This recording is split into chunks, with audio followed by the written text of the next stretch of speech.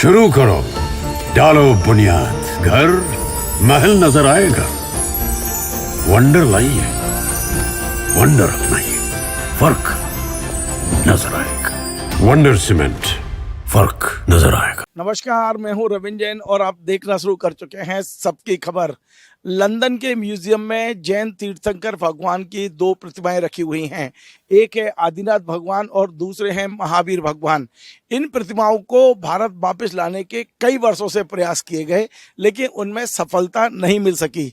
परम पूज्य आचार्य विद्यासागर जी महाराज ने कई बार प्रयास किया कि वो मूर्तियां जो लंदन के म्यूजियम में रखी हैं वो शुद्ध मूर्तियां हैं, अखंड मूर्तियां हैं और चमत्कारिक मूर्तियां हैं, उनको कैसे भी भारत लाया जा सके, लेकिन नहीं ला सके। अब उसी तरह की उन्हीं मूर्तियों की प्रतिकृति बनाने का जो जिम्मा आचार्य विद्यासागर जी ने अपने जीवन काल में मध्य प्रदेश हाईकोर्ट के तत्कालीन जस्टिस अभय गोयल जी को सौंपा। और अभय गोयल जी ने आचार्य सिंह के जाने के पश्चात भी इस उपक्रम को छोड़ा नहीं। वे अपनी खुद की चंचला लक्ष्मी से जैसे तैसे अपने परिवार के साथ सबको जोड़कर इन मूर्तियों की प्रतिमूर्ति बनाने में सफल हो चुके हैं। मेरे पीछे आप देख रहे हैं लंदन के म्यूजियम में जो मूर्तियां हैं उनका आकार 3 फीट 3.5 फीट के आसपास होगा, लेकिन यहाँ जो भोपाल में एक बड़ा तीर्थ बनने जा रहा है जिसका नाम है आदिश्वर महावीर तीर्थ, इस तीर्थ पर जो मूर्तियां रखी जाएंगी उनका आकार आप देख रहे हैं लगभग 26 फीट की ये दो प्रतिमाएं बनी हैं। ये जो मेरे पीछे आप देख रहे हैं भगवान महावीर की प्रतिमा है और इसके अलावा आदिनाथ भगवान की प्रतिमा इसी साइज की पीछे है। मेरे साथ में जस्टिस अभय गोयल जी हैं। हम उनसे समझते हैं कि आपको किस तरह आचार्य जी ने ये प्रेरणा दी और इतना बड़ा काम जो असंभव जैसा है, मध्य प्रदेश की राजधानी भोपाल में अभी तक की सबसे बड़ी प्रतिमा विराजमान करने का सौभाग्य इस परिवार को मिलने जा रहा है। जस्टिस अभय गोयल जी, आपका बहुत बहुत स्वागत है। सबसे बड़ी बात है कि लोग एक छोटी सी प्रतिमा बिठाने में भी पूरा जीवन लगा देते हैं।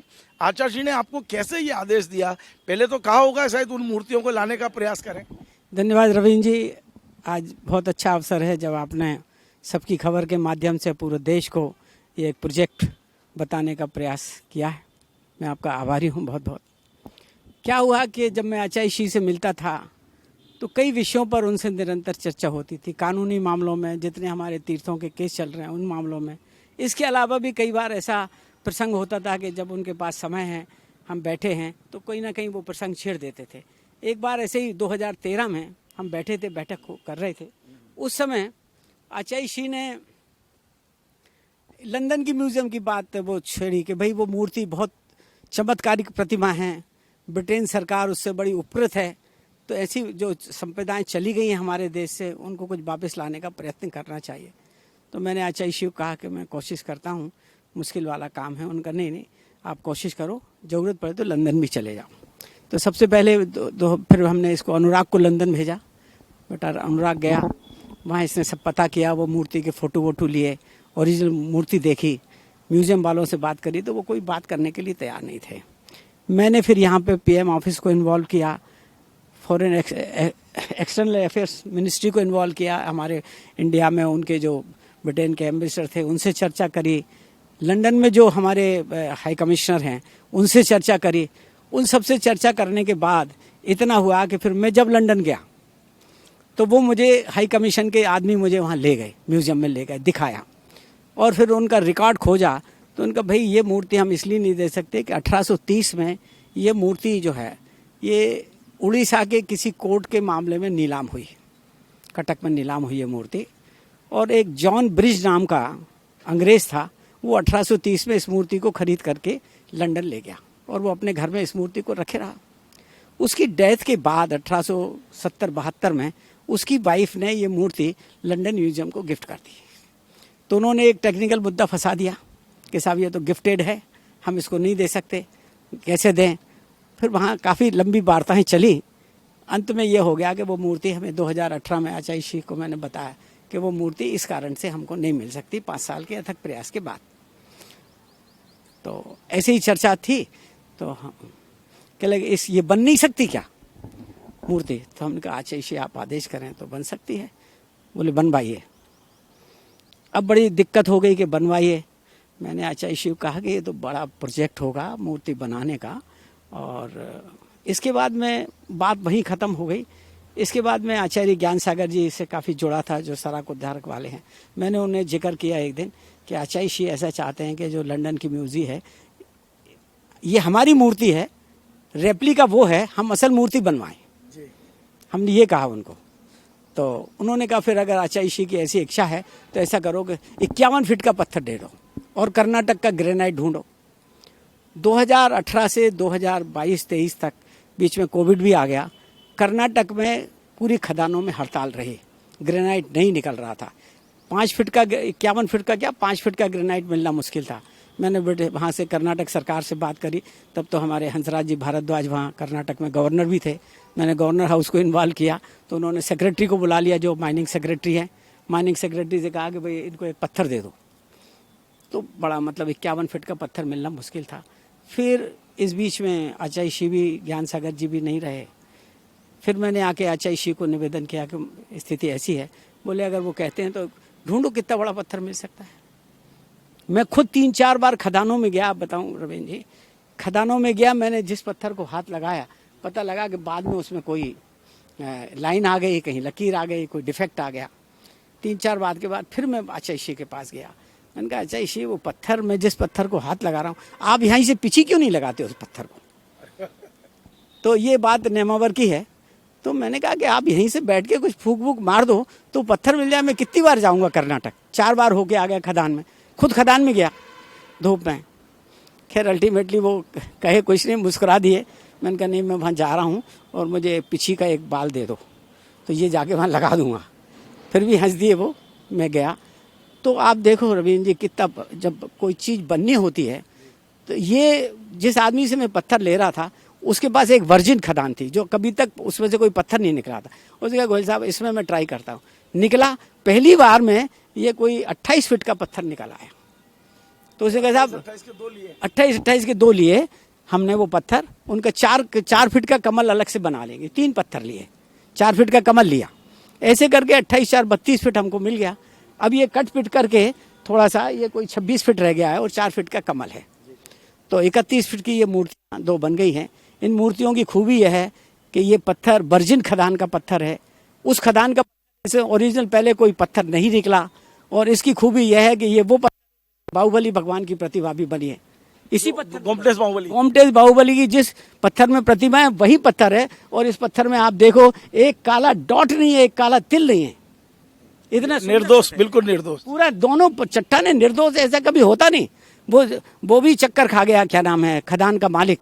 बोले जज साहब, ऐसा कभी होता नहीं है कि हमारे यहाँ से एक अनटच पत्थर निकला है। फिर मैंने उनको फोटो भेजता रहा बराबर, जब बचती रही। मैंने कहा यार देखो, आपने इतना अच्छा पत्थर दिया मुझे कि इसमें कहीं एक तिल मात्र नहीं है। ये आचार्य जी का प्रताप था। ये गोयल साहब, ये जो मूर्ति सामने देख रहे हैं, ये भगवान महावीर स्वामी की है, क्योंकि अभी निशान नहीं बना है। हाँ, ये महावीर स्वामी चिन्ह नहीं बना है। चिन्ह बन गया है, वो उसमें बना है चिन्ह, कमल में। अच्छा। ये कमल में जाएंगी मूर्तियाँ। ये कमल के अंदर जाएंगी। ये जितना 1.5 फीट है ना, ये 1.5 फीट हिस्सा कमल के अंदर जाएगा और चरण ऊपर आ जाएंगे। तो ये महावीर भगवान महावीर स्वामी की प्रतिमा है। और वो प्रतिमा जो है, ये 10वीं शताब्दी की प्रतिमा है, उड़ीसा में बनी थी ओरिजिनली। बिल्कुल वैसी बनाई है जैसी हमने वही हुबहू बनाई। उसका मैं फोटो वो भी दिखाता हूँ आपको, फोटो भी दिखाता हूँ। और अब इस प्रतिमा को हम कोई 25 फीट की हाइट पे लगा रहे हैं। तो 25 और ये कोई 55 फीट, ऐसे करके ये कोई 55 फीट, 31 फीट और 56 फीट। चलिए आपके साथ चलते चलते आदिनाथ भगवान के भी दर्शन करवाए दिया है सारे लोगों को, कि जो ये आदिनाथ भगवान, महावीर भगवान तो सामान्यतः निर्मित हो गए, लेकिन आदिनाथ भगवान के साथ बनाने में बड़ी दिक्कत आई होगी। हाँ, उसका कारण, अच्छा ये फिर कारीगर, देखिए जब कोई काम होना होता है तो मुझे जिन आदमी ने पत्थर दिया, वो हमारे एक संजय वाकलीवाल जी हैं। उनका बड़ा ग्रेनाइट का कारखाना है बेंगलोर में और मैसूर में। उनके माध्यम से जब ये पत्थर लिया, देखिए आदिनाथ भगवान का यदि आप रूप देखेंगे और उनके बाल देखेंगे, ये बिल्कुल अलग तरह के। हाँ, ये इस मूर्ति के ऊपर ये जो लगा है, सर इस तरह की मूर्ति जीवनों में दिखती नहीं है, ये ऐसी दिखती है। ये बाल हैं और ये मुकुट है। देखिए बाल बिल्कुल कंधे तक आ रहे हैं, कंधे तक आ रहे हैं। उसके ऊपर मुकुट लगा हुआ है, बाल के ऊपर मुकुट लगा है। ये पूरा मुकुट का चित्र है। वैसी की वैसी मूर्ति। क्या अपने मंदिरों में मुकुटबंद भगवान रहते हैं? अब देखिए, हमने इस बात पे इसलिए ज्यादा सोचा विचारी नहीं करी, न किसी से चर्चा की, क्योंकि गुरुदेव ने जब कोई चीज कह दी, आचार्य विद्यासागर जी तो इस मामले में अथॉरिटी है हमारे सामने, उनसे बड़ा तो कोई गुरु है नहीं। उन्होंने कह दिया कि इसका रेप्लिका बना, उसका बनना है तो रेप्लिका बना। अब रेप्लिका में जो चीज़ उन्हें इतनी मंत्रमुग्ध थी, वो इस प्रतिमा को जब देखते थे आचार्य तो एकदम चित्र देखते थे। हाँ, निहारते रहते थे। मेरे पास वो फोटो है उनकी, आचार्य की वो फोटो भी हैं जिनमें वो घंटों तक निहार रहे हैं इस प्रतिमा को।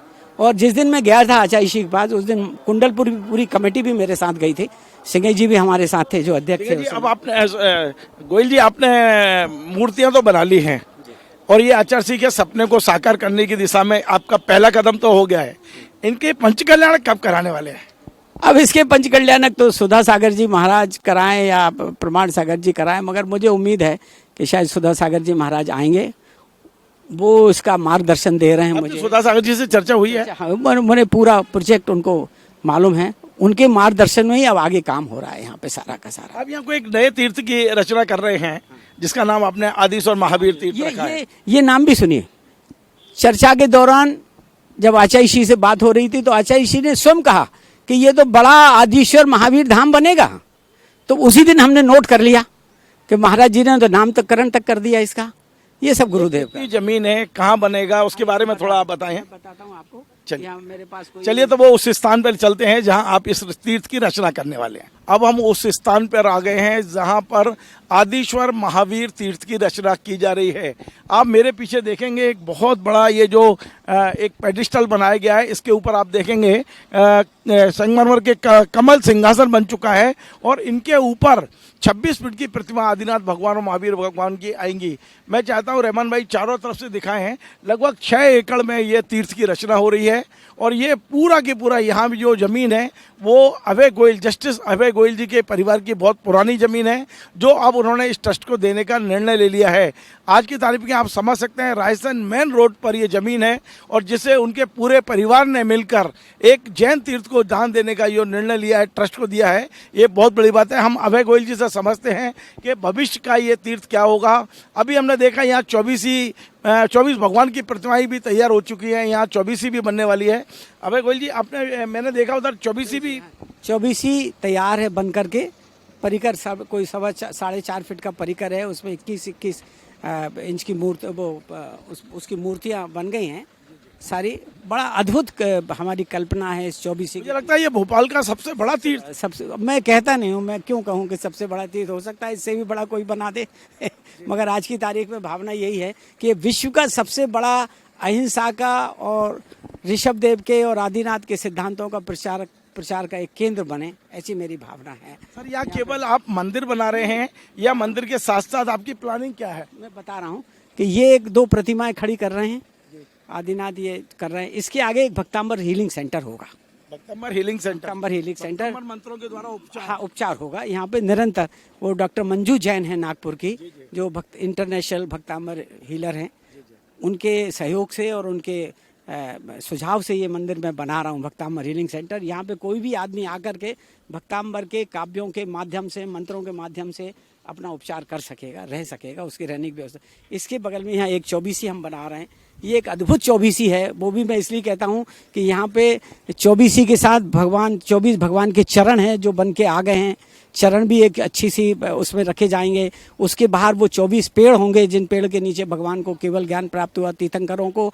और दुनिया में कहीं जाने की जरूरत नहीं, यहाँ पे आदिनाथ भगवान की वो प्रतिमा विराजमान होगी जो कुंडलपुर में है, महावीर की प्रतिमा वो होगी जो महावीर जी में है, और उनकी प्रतिमा मुनि सुब्रतनाथ भगवान की वो प्रतिमा होगी जो जहाजपुर में। बाहुबली भगवान अभी नहीं है यहाँ पे, मगर आएंगे भविष्य में बाहुबली। इसके बगल में रवीन जी यहाँ एक जो सबसे बड़ा काम होगा, मैं जिसे बोस्ट नहीं करता हूँ, यहाँ पे मैं एक इंटरनेशनल लेवल का जेनोलॉजी पर रिसर्च सेंटर बनाऊंगा। और इतनी वर्ल्ड में इतनी बड़ी लाइब्रेरी यहाँ कोई नहीं होगी जहाँ हर, जैसे कहना चाहिए, हमारे जितने टुकड़े हैं या श्वेतांबर साहित्य, दिगंबर साहित्य, सारा साहित्य यहाँ पे होगा। जैनिज्म पर है, पूरा जैनिज्म पर। और लोग हम अभी जो मेरी नॉलेज है 21 यूनिवर्सिटीज़ में, वर्ल्ड की 21 यूनिवर्सिटीज़ में हमारी जैन चेयर कायम हो गई है।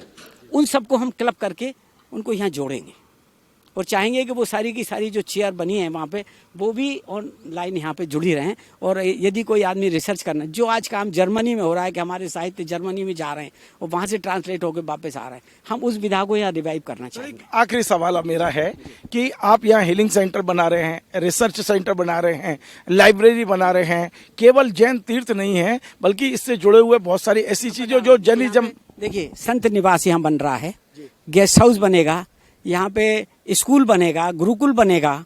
यहाँ इसके पास, मेरे पास बगल में यहाँ पे 1.5 एकड़ जमीन है, इसके पीछे वहाँ पे कुछ मल्टी बना करके मैं चाहूँगा कि जैन परिवार भी यहाँ बस जाएं ताकि इस मंदिर की देखरेख करें और उन सबका सहयोग इस मंदिर के लिए रहे बराबर निरंतर, ताकि ये ऐसा नहीं रहे कि भाई 1.5 एकड़ में कम से कम 200 परिवार आ सकते हैं, बच जाए इतने परिवार। वो ये काम जरा मेरा पूरा हो जाए, इसके बाद वो वहाँ भी टेकअप करूँगा, वो वहाँ कॉलोनी डेवलप करने का। चलिए, बहुत बहुत धन्यवाद। तो आपने देखा जस्टिस अभय गोयल जी, आप देखिए ये रिटायर है मध्य प्रदेश हाई कोर्ट से, लेकिन इनकी जो एक इच्छा शक्ति है, आचार्यों के प्रति जो समर्पण है, धर्म के प्रति जो समर्पण है, अद्भुत है। उन्होंने अपनी चंचला लक्ष्मी जो परिवार की तमाम सारी संपत्तियां हैं वो पूरी की पूरी एक ऐसे कॉज के लिए दी है जहां मंदिर भी है, तीर्थ भी है, गेस्ट हाउस भी है, रिसर्च का काम भी है, उपचार भी है, लोगों का आवास भी है, योग सागर योग के लिए स्थान भी है, मल्टीपल ये जो तीर्थ बन रहा है, मुझे लगता है ये हिंदुस्तान का, केवल भोपाल का नहीं, केवल मध्य प्रदेश का नहीं, हिंदुस्तान का एक बिल्कुल अलग तरह का तीर्थ है जहां हर व्यक्ति आना चाहेगा, रहना चाहेगा और यहाँ साधना करना चाहेगा। मैं एक जानकारी बता दूं कि आज मैं 12 अप्रैल 2025 को यहाँ हूँ। 14 अप्रैल को इसी स्थान पर पूज्य मुनि श्री प्रमाण सागर जी महाराज पधारने वाले हैं और ये जो प्रतिमा जी हैं, जो 2 प्रतिमा बनाई गई हैं, इन दोनों को ये जो पेडिस्टल बनाया है पीछे 25 फीट का, इस पर खड़े किए जाएंगी प्रतिमा, उनके सानिध्य में होगा। और पूरे भोपाल को जस्टिस अभय गोयल जी ने न्योता दिया है, आमंत्रण दिया है कि आप लोग सब आइए और इस ऐतिहासिक क्षण के गवाह बनिए। आपको हमारा ये प्रोग्राम पसंद आए तो आप इसे शेयर करें, लाइक करें, कमेंट करें और आपसे बार बार निवेदन है हमारे इस चैनल को सब्सक्राइब अवश्य करें। धन्यवाद।